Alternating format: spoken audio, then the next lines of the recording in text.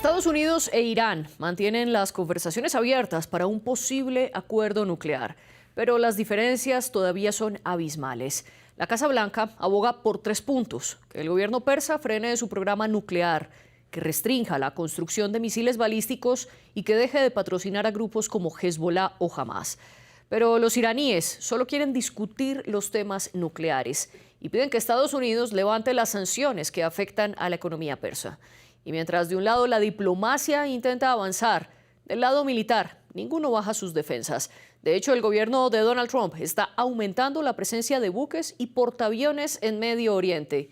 E Irán realiza ejercicios militares en el estrecho de Hormuz. Nuestro colega William Gassó nos cuenta más en el siguiente reporte. Estados Unidos prioriza la diplomacia y guarda un tono conciliador. En medio de su viaje a Eslovaquia, el secretario de Estado Marco Rubio reafirmó que Washington quiere favorecer la vía diplomática en cuanto a la complicada cuestión del programa nuclear iraní. Declaraciones días previo al encuentro de los emisarios estadounidenses Steve Witkoff y Jared Kushner con responsables iraníes. Tratamos con personas cuyas decisiones geopolíticas son teología pura. Es algo complicado. Nadie fue capaz de llegar a un acuerdo satisfactorio con Irán. Lo vamos a intentar. La Unión Americana presiona al país persa para que abandone el enriquecimiento de uranio, que según Washington tiene una dimensión militar. Acusaciones rechazadas por Teherán, que siempre ha afirmado que su programa nuclear se limita al ámbito civil. Pero ante la amenaza de una intervención militar estadounidense, el gobierno iraní indicó que podría aceptar diluir su uranio más enriquecido a cambio de un levantamiento de las sanciones estadounidenses. Mientras el primer ministro israelí Benjamin Netanyahu considera que solo detener el proceso de enriquecimiento no sería suficiente. La segunda condición es que no debe haber capacidad de enriquecimiento.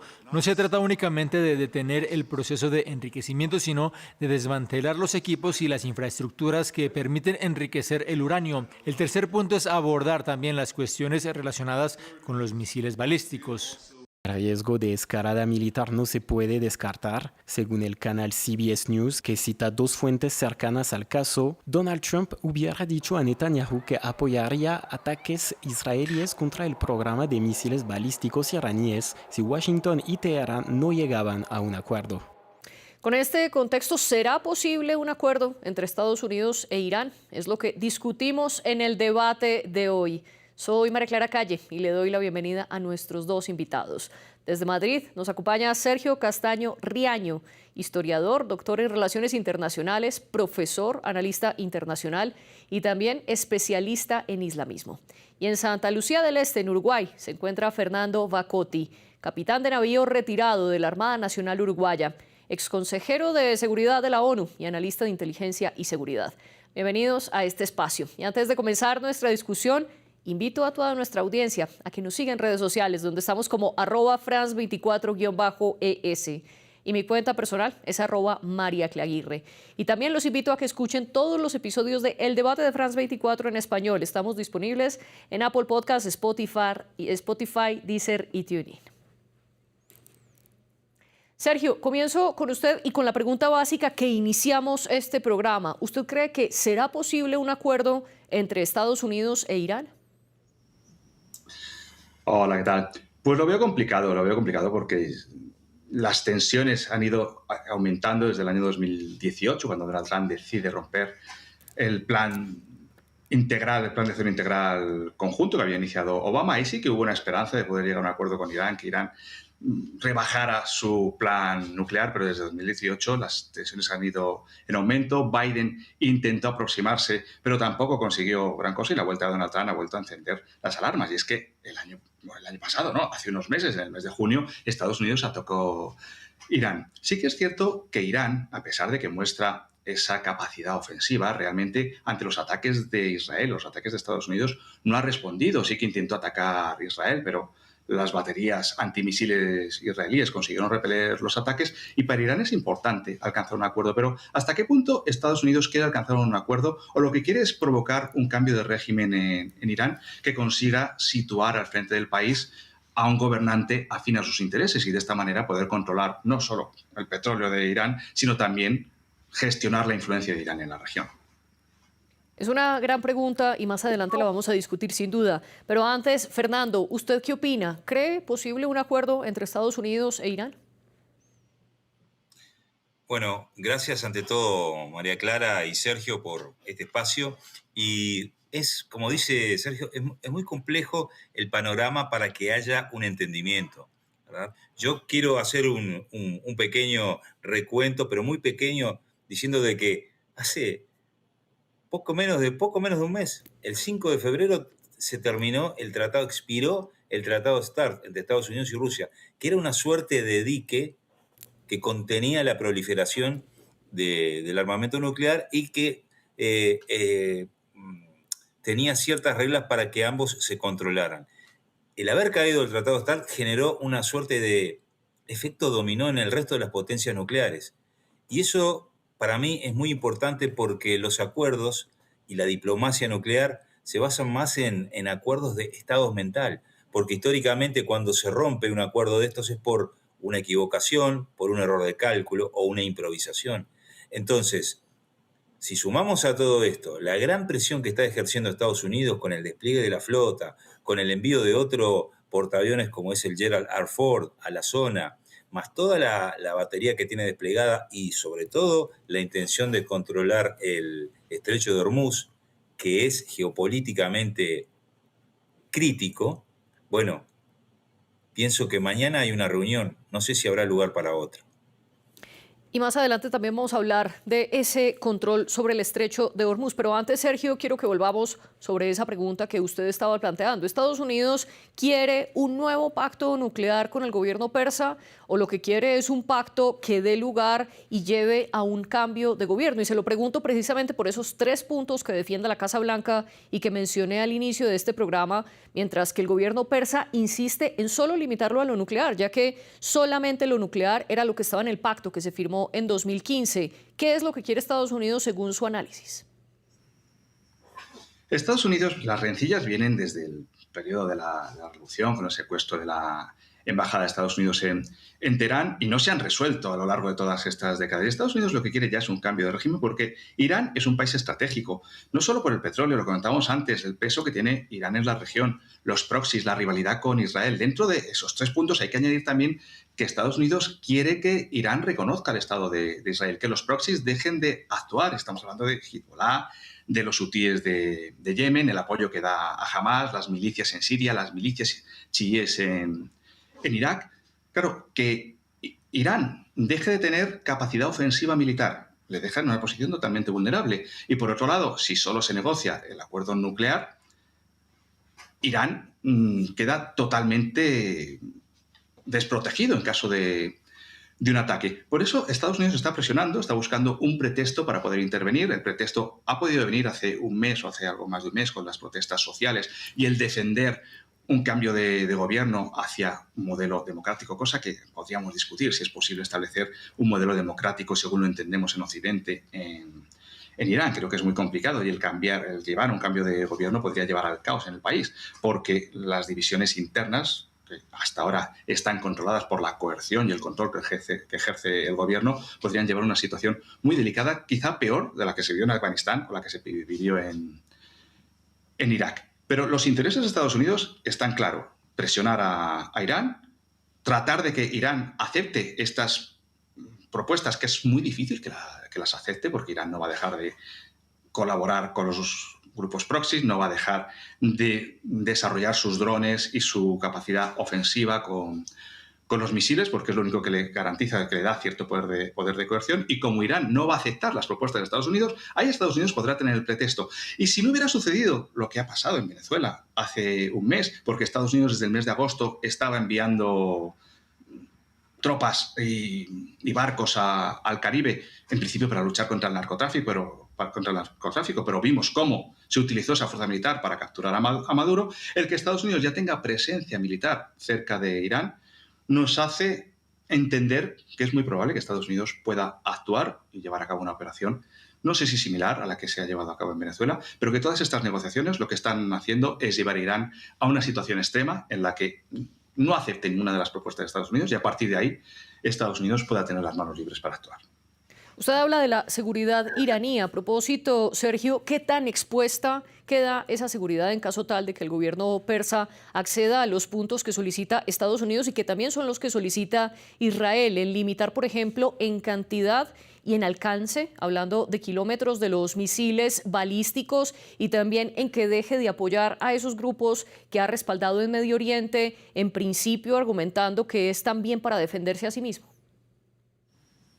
Claro, es que Irán quedaría en una situación totalmente vulnerable si no puede seguir elaborando, desarrollando sus misiles y le eliminan el programa nuclear. Porque claro, ahora mismo estamos en una situación en la que no hay evidencias de que Irán esté desarrollando armamento atómico, pero tampoco se puede decir que Irán no lo tenga. Y para Irán, simplemente la amenaza de que pueda tener un armamento nuclear es un elemento disuasorio muy importante. Vemos cómo hay países en el mundo, como Corea del Norte, que simplemente por tener armas nucleares es respetado. Si Irán consiguiera desarrollar esas armas nucleares, cambiaría mucho la situación. Y de esto también es consciente Estados Unidos, de que si no interviene ahora, probablemente Irán, viéndose amenazado, ya no está dejando que haya inspecciones por parte del Organismo Internacional de la Energía Atómica. No sabemos realmente lo que está pasando en Irán y podríamos encontrarnos dentro de unos meses con que Irán tenga capacidad de armamento nuclear. Se dice que en cuestión de semanas podría llegar a tener 10 armas nucleares y si le dejáramos pasar más tiempo, 5 meses, podría llegar a tener un arsenal importante. Y esto cambiaría mucho la situación geopolítica de Irán y la posibilidad de que Estados Unidos pudiera intervenir. Por eso, para Irán es fundamental proteger su programa nuclear y también su capacidad para producir armamento. Y ante este panorama, Fernando, quiero preguntarle, ¿usted considera que es viable un ataque militar de Estados Unidos en Irán, teniendo en cuenta que ya el presidente Donald Trump ha dicho que si Irán no accede a los 3 puntos que quiere la Casa Blanca, están dispuestos a acudir por la vía militar? Y ya como ustedes lo han conversado, allí está el portaaviones Abraham Lincoln de Estados Unidos y se está dirigiendo desde el Caribe, donde estaba justo en medio del ataque a Venezuela, se está yendo ahora hacia Medio Oriente el portaaviones Gerald Ford, que es el más grande del planeta con la mayor capacidad para albergar a jets de combate. Con todo este panorama sobre la mesa, ¿usted cree que es posible un ataque de Estados Unidos contra Irán? Bueno, la respuesta corta es sí. Ahora hay que desarrollarlo un poco más. Estamos viviendo una época de guerra híbrida. Las guerras híbridas están arriba de la mesa, en todas partes. A partir de que comenzó el conflicto de Rusia y Ucrania, el concepto de guerra híbrida ha venido creciendo y se ha venido desarrollando, al igual que se han desarrollado las tecnologías sobre la marcha, muchas de ellas, caso típico, la evolución de los drones, y hoy por hoy parte de la guerra híbrida pasa por la desinformación y las campañas psicológicas y la información dirigida. Es lo que está haciendo en parte Estados Unidos, que domina a la perfección la doctrina de la proyección del poder desde el mar. Y Trump sabe, mejor que nadie, cuando dice, te envío un portaaviones, que el receptor de ese portaaviones va a entrar, no en pánico, pero cercano al pánico. Y te envío al Gerald R. Ford, que es el último portaaviones en materia tecnológica y con mayor capacidad. Pero no nos olvidemos que lo dice ahora, ya tiene un despliegue en el Medio Oriente, capaz de realizar este tipo de operaciones, porque este tipo de despliegues se manejan con el concepto de fuerzas de tarea. Entonces todos tienen la capacidad de realizar operaciones en el terreno como la que vimos en Venezuela. Operaciones de tipo muy, muy certero, ¿verdad? Pienso que sí, que puede haber, pero no nos olvidemos que mañana hay una reunión y que puede haber todavía una ventana, un espacio de negociación en este mundo tan complicado de la nueva diplomacia nuclear que puede arrojar ciertos resultados. Ahora también, y Sergio me puede corregir, ningún acuerdo que ha sido planteado con Irán o por Irán ha sido cumplido por Irán históricamente. Y no nos olvidemos de que Irán es un país que vive hace 47 años bajo régimen de sanciones. Es un país sancionado. A Estados Unidos ya no le sirve más trabajar o negociar con un país que es tan difícil de tratar. Usted hablaba de el poder desde el mar y que es un concepto que maneja Estados Unidos. Al respecto, a quienes están viendo nuestra señal en video, los invito a que veamos este mapa en el que se ve parte del despliegue marítimo que tiene Estados Unidos en Medio Oriente cerca a Irán, con diferentes buques en el mar Arábigo, el Golfo Pérsico, el Mar Rojo y el mar Mediterráneo Oriental. Fernando, para profundizar en ese concepto que usted maneja del poder desde el mar, ¿qué tanta es la capacidad militar que tiene hoy por hoy Estados Unidos en cercanía a Irán? La capacidad militar está dada por, primero, la capacidad aérea. Después, esa capacidad aérea se divide en varios sectores. Uno de ellos es la vigilancia, otro la detección y el envío de información en tiempo real, de mapeo, que esto se maneja todo a gran altura, ¿verdad? Como lo que sucedió en Venezuela. Hay aviones y hay drones que vuelan a una altura en la que no los vemos, evidentemente, pero que envían señales muy importantes hacia el centro de control de combate, que está en el portaaviones o en otro tipo de buques. No nos olvidemos que hay destructores también y que hay transportes anfibios. Bueno, ese centro de control o centro de información de combate es el que determina la capacidad de las operaciones. Y también hay marines embarcados, hay personal de infantería embarcado. Entonces, estas operaciones son combinadas, aéreas, infantería e inteligencia tecnológica. Hoy más que nunca es importante la tecnología para definir el estado de las cosas en materia de un ataque. Pienso que Estados Unidos tiene una superioridad bastante importante sobre Irán en este momento, e Irán lo sabe. A Irán le gustaría negociar. No sé si Estados Unidos quiere negociar. Usted mencionaba los drones. A propósito, el 3 de febrero un avión de combate de Estados Unidos derribó un dron iraní, supuestamente que se había acercado al portaaviones estadounidense Abraham Lincoln en el mar Arábigo. Sergio, teniendo en cuenta esto, teniendo en cuenta los ejercicios militares que están desarrollando el ejército persa en el estrecho de Hormuz y también con el respaldo de sus proxies, ¿qué tanta capacidad de respuesta tiene hoy por hoy Irán? No en caso tal de que haya o no haya un acuerdo, sino hasta hoy, ¿podría responder a un eventual ataque de Estados Unidos? O como lo dice Fernando, la balanza está bastante desequilibrada. La balanza está bastante desequilibrada. Irán no tiene capacidad para responder hoy por hoy a Estados Unidos. Lo hemos visto ya en este año. Lleva 2 años ya desde que empezaron los enfrentamientos con Israel, todavía sin la intervención de Estados Unidos. Irán no ha conseguido hacer daño a Israel, mientras que en Irán se han atacado posiciones estratégicas.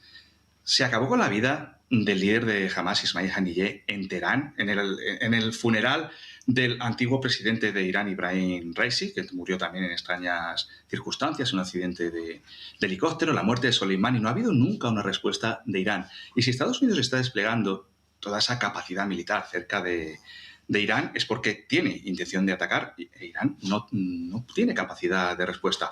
Que tienen la posibilidad de producir, de generar drones que son de fabricación propia, también los misiles balísticos de fabricación propia, pero no son suficientes para repeler un posible ataque de Estados Unidos, que viene preparando ya desde hace tiempo. Irán tiene una posición fuerte, tiene una buena puesta en escena, que es lo que está haciendo ahora en el estrecho de Hormuz, una puesta en escena. Se ha presentado desde la revolución iraní, la guerra Irán e Irak, como una potencia militar, pero realmente Irán no es una potencia militar, es un país con dificultades económicas.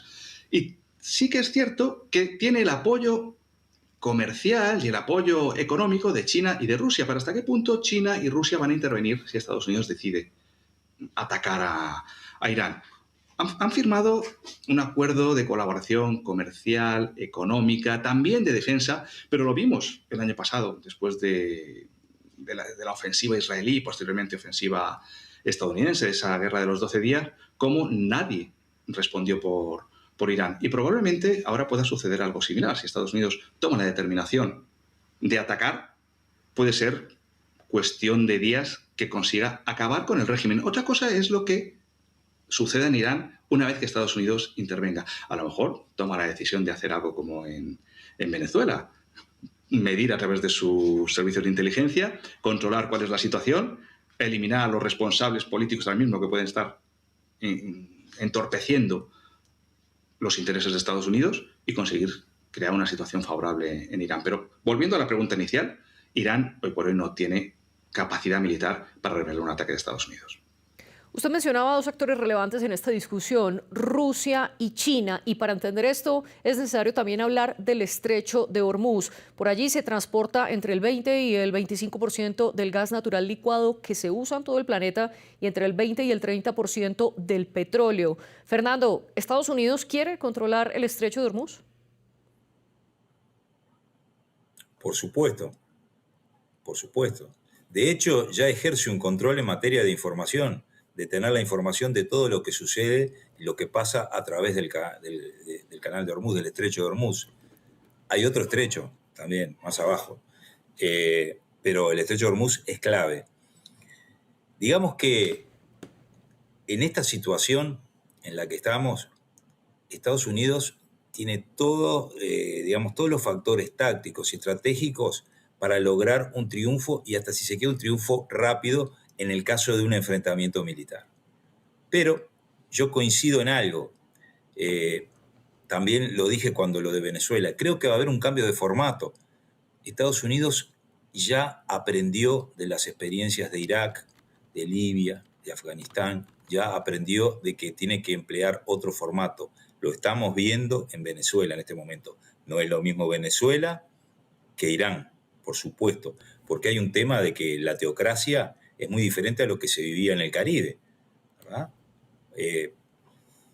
No quiero hacer paralelismos poco objetivos entre el ayatolá y lo que era Maduro, ¿verdad?, en sus últimos días, pero sí hay conductas similares, ¿verdad? Sí, en los últimos estados previos a que se terminen estos regímenes, los líderes que están por terminar su periodo exaltan su capacidad para responder, amenazan al atacante, tratan de juntar la mayor cantidad de seguidores siempre presionados porque son regímenes autoritarios, y eso mismo revela la debilidad que tienen, porque hay un principio básico de esto. Cuando alguien tiene que gritar que tiene autoridad es porque la está perdiendo. Entonces yo creo que esto se va a definir rápidamente, pero con una solución nueva, porque el mundo ha cambiado, la guerra ha cambiado, los conceptos de geopolítica están cambiando permanentemente. ¿Y cuál cree que pueda ser esa nueva solución? Hay líderes dentro de él mismo, líderes que no al tema teocrático netamente, y no estoy hablando del Shah, del hijo del Shah, pero sí líderes que están dentro de Irán y otros que conforman la diáspora de los iraníes que han abandonado el país por temor, se han autoexiliado, ¿verdad? Y definen una nueva concepción de lo que es o de lo que puede ser el Irán moderno, que no es ni más ni menos que volver al Irán de hace 50 años atrás. Ese es el concepto del Irán moderno que tienen los iraníes que quieren un cambio en el país. Porque la última imagen de modernidad de Irán fue hace 50 años, María Clara, Sergio. Fue hace 50 años que se vio un país moderno. Después de eso cayeron en la edad de piedra nuevamente. Y aunque usted dice que no quiere hacer un paralelo entre Venezuela e Irán, hay una similitud que tienen ambos países y es que son proveedores de petróleo para China. De hecho, China es el mayor comprador de los productos petrolíferos de Irán y Venezuela, que también era una de las fuentes de crudo de los chinos, quedó suspendida y cerrada esa vía desde que Estados Unidos capturó al presidente Nicolás Maduro y también hizo negocios con las petroleras estatales venezolanas para controlar la venta de crudo. Desde entonces Venezuela no le ha enviado petróleo a China. ¿Quiere hacer lo mismo, Sergio, Estados Unidos, pero ahora cerrando el grifo de Irán para que no le envíe petróleo a China? Y se lo pregunto porque ya Donald Trump amenazó con imponer aranceles a quienes le vendieran, precisamente, a quienes compraran, productos petroleros iraníes. Pero es que esa es la base de los acuerdos que hay entre China e Irán, la venta de petróleo. A raíz de las sanciones internacionales, Irán ha tenido muchas dificultades para vender su petróleo y en los últimos años la mayor parte de la producción petrolífera de Irán se está destinando a China. Es difícil, estábamos diciendo, es difícil hacer paralelismos entre Venezuela e Irán, pero hay que tener en cuenta que desde el año 2005, cuando Mahmoud Ahmadinejad visita a Hugo Chávez, se estableció una vinculación y una alianza férrea que abrió las puertas a Irán en América Latina, y a partir de aquel momento empezó a abrir embajadas, y los dos países se llaman, uno República Islámica, el otro República Bolivariana, su posición antiimperialista, anticapitalista. Por tanto, hay algunos elementos que sí que coinciden entre Venezuela e Irán. Pero volviendo al tema que nos ocupa, el petróleo, para Estados Unidos es fundamental. Ahora mismo Estados Unidos ya no está pensando en Europa, ya no está pensando en las relaciones o la guerra de Ucrania, quiere resolver la guerra de Ucrania, y la gran preocupación de Estados Unidos es China. China se está consolidando como gran potencia mundial, y Donald Trump, desde que llegó el año pasado a la Casa Blanca, está moviendo fichas para mantener la guerra comercial que inició en 2018, y esa guerra comercial pasa por reducir la capacidad energética de China. China depende del petróleo iraní en parte, es el principal exportador de petróleo a China, y si Estados Unidos consiguiera controlar el petróleo iraní, como ya está haciendo con el petróleo de Venezuela, podría dejar a China en una situación complicada para garantizar el suministro, porque China tiene una necesidad imperiosa de suministro permanente de petróleo, porque su industria está creciendo, y es un país que yo tuve la suerte de visitar el año pasado, y realmente impacta cómo está creciendo, cómo se está modernizando, y todo eso requiere de un suministro energético permanente. Y uno de los objetivos de Donald Trump es poder limitar la capacidad de producción de China y la capacidad de poder recibir petróleo, en este caso de Irán. Pero en términos reales, Sergio, ¿qué tan limitada queda esa capacidad energética de China, teniendo en cuenta que sus mayores proveedores no son Irán ni Venezuela, sino Rusia, Arabia Saudita, Irak, por mencionar algunos, y todos ellos siguen siendo sus proveedores? Y de otro lado, China ha aumentado su producción de carbón y también es un líder de las energías renovables. Entonces, con este panorama, ¿qué tan afectada realmente queda su capacidad energética?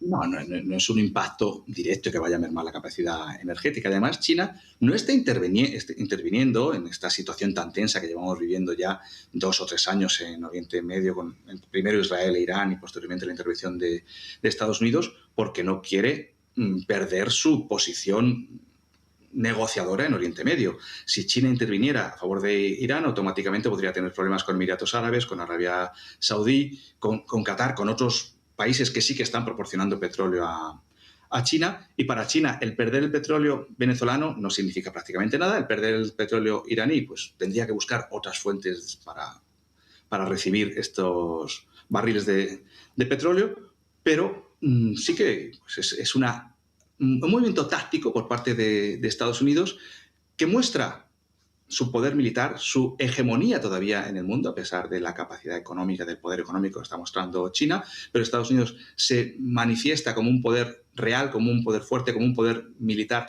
hegemónico. China no responde, y a partir de ahí, pues el efecto que pueda tener es más simbólico, ¿no? El efecto que pueda tener la exportación de petróleo desde Irán a China, un efecto directo en Irán, sí, porque para Irán, como decíamos, a raíz de las sanciones, se ha visto muy limitado en sus capacidades de exportación, pero es un movimiento táctico importante dentro de esa rivalidad que hay ahora mismo entre China y Estados Unidos. Quiero que volvamos sobre un punto que usted mencionó, Sergio, y es que en el ataque de junio, en esa guerra de 12 días de junio de 2025, ningún país árabe intervino. Fernando, esta vez, si se da el hipotético caso de un enfrentamiento, ¿se podría replicar lo mismo? Y se lo pregunto porque los países del Golfo Pérsico han advertido que temen que esto se pueda escalar hacia un conflicto regional. Y dentro de estas negociaciones indirectas entre los iraníes y los estadounidenses por un acuerdo nuclear participan países árabes como Omán o Qatar, y también está allí Turquía. Estos países podrían intervenir en dado caso de un enfrentamiento, u otra vez se harían los de la vista gorda. No van a intervenir, María Clara. O si intervienen va a ser una intervención humanitaria o, si se quiere, de mediación. ¿Por qué? Yo he escrito al respecto bastante, comparando la caída de Venezuela, del régimen venezolano, y la caída de la actual que estamos viendo, caída del régimen de Irán, por el desgaste. Y el desgaste no pasa solamente por el desgaste de la República Islámica en sí misma, sino por todo lo que se llama el eje de la resistencia iraní. Si nosotros nos fijamos hoy por hoy, los chiitas están venidos a menos en materia de los que se llaman grupos proxy, como puede ser Hezbollah, y los hutíes, por ejemplo, también han sido duramente atacados. Jamás dejó de existir en materia de estos apoyos que tenía Irán en el terreno. Siria, ya sabemos lo que pasó, se independizó.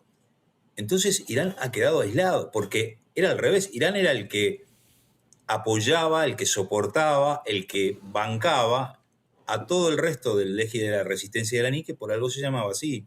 Ahora ese régimen está desgastado.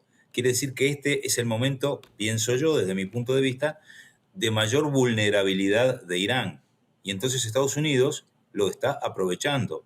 No creo que tengan intenciones de negociar. Me parece que no va a haber negociación. Va a haber un cambio de régimen. Y en este mismo sentido, Sergio, ¿a los países árabes les conviene que caiga el gobierno teocrático de Irán? Los países árabes han estado con una rivalidad permanente con Irán. Tan solo Qatar ha tenido alguna aproximación. Podemos irnos al año 2020, cuando Donald Trump impulsa los acuerdos de Abraham, normalización de las relaciones diplomáticas entre Emiratos Árabes, Bahrein e Israel, a las que se suma Sudán, se suma Marruecos. Lo que se ha estado buscando durante todos estos años es una alianza sólida de países árabes contra Irán.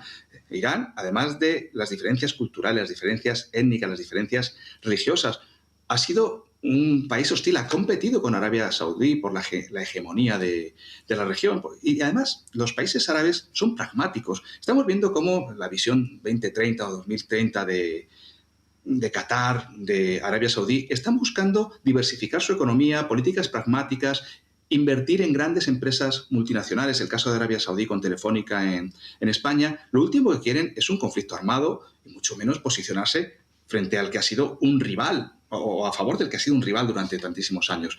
De modo que si se llega a producir la presencia, el ataque estadounidense en Irán, ningún país de la región va a responder. Habrá críticas por parte de Turquía, pero tampoco muchas, porque hay que recordar que Turquía es Estado miembro de la OTAN. Por tanto, no creo que haya una crítica muy elevada por parte de los países árabes, y los únicos países que podrán proteger, en cierto modo, desde una posición económica y diplomática, a Irán podrá ser Rusia y China, pero los países del entorno lo que quieren es estabilidad, lo que quieren es seguir diversificando sus economías y políticas pragmáticas. Y con este panorama, entonces, que ustedes nos plantean, me quedo con una pregunta que les pido respondan en menos de un minuto. Fernando, comienzo con usted. Entonces, ¿para qué estas negociaciones si el panorama es tan pesimista y todo apunta a que sí podría haber una intervención militar? Esto es parte de la doctrina diplomática de Estados Unidos clásica. Le está dando la oportunidad y el mundo lo está viendo. También es bueno decir que en estas negociaciones no se van a ver la cara. La mecánica de estas negociaciones es que unos están en un lugar, en un espacio físico, y la otra delegación en el otro, y se van enviando mensajes a través de mensajeros. Así es que funcionan estas negociaciones. No creo que surja mucha novedad, no soy muy positivo en ese sentido, pero sí veo el final del régimen cerca. Y en una frase, ¿cuál podría ser precisamente la consecuencia, Fernando, de que este acuerdo no llegue a buen término? Va a haber una tercera ronda, seguramente, que también está destinada al fracaso. Mientras tanto, el Jeddah R4 y su fuerza de tarea sigue avanzando rumbo al Medio Oriente. Estados Unidos se ha vuelto un maestro en el arte de ganar tiempo mientras desplaza su flota hasta el lugar en donde sí la va a utilizar. Y Sergio, ¿cuál es su postura? En efecto, Estados Unidos está comprando tiempo vía diplomática, esperando a estar lo suficientemente preparado para un ataque militar en contra de Irán. ¿Y para qué entonces esta segunda ronda de negociaciones? Está esperando el momento adecuado para intervenir. La segunda ronda de negociaciones es para justificar el ataque. Si tú estás ofreciendo una negociación, estás poniendo sobre la mesa unas exigencias que Irán sabes que no va a aceptar, al final puedes justificar la intervención diciendo: hemos negociado, nos hemos sentado, hemos hecho una propuesta, no nos la han aceptado, por tanto no nos queda más remedio que atacar. Aunque no estamos hablando realmente de una negociación en términos igualitarios, ¿no? Es una negociación coercitiva. O haces lo que te digo, o aceptas mis condiciones, o te ataco y acabo contigo. Y a partir de aquí, ¿qué escenario es el que nos podemos encontrar en Irán? un cambio limpio, con otro gobierno dictatorial, pero favorable a los intereses de Estados Unidos, un caos completo dentro del país, teniendo en cuenta la falta de legitimidad del régimen y la falta de apoyo que tiene, que hemos comprobado hace unas semanas. Una transición hacia una república laica. La verdad que hay muchas incógnitas, muchísimos interrogantes en cuál puede ser el futuro de Irán, pero coincido en que el régimen de los ayatolás tiene muy difícil mantenerse al frente del país. Y por supuesto, sea cual sea el escenario que ocurra aquí en el debate de France 24, estaremos al tanto para profundizar y analizar todo lo que ocurra. Por el momento, le agradezco a Sergio Castaño Riaño y a Fernando Vacotti por acompañarnos en nuestro programa. Y también un agradecimiento a Laura Garzón, la jefe de edición, y a la productora de invitados Melissa San Miguel, al equipo técnico también que hace posible este programa. Y como siempre, un agradecimiento muy especial a ustedes por vernos y por escucharnos. Hasta el próximo episodio.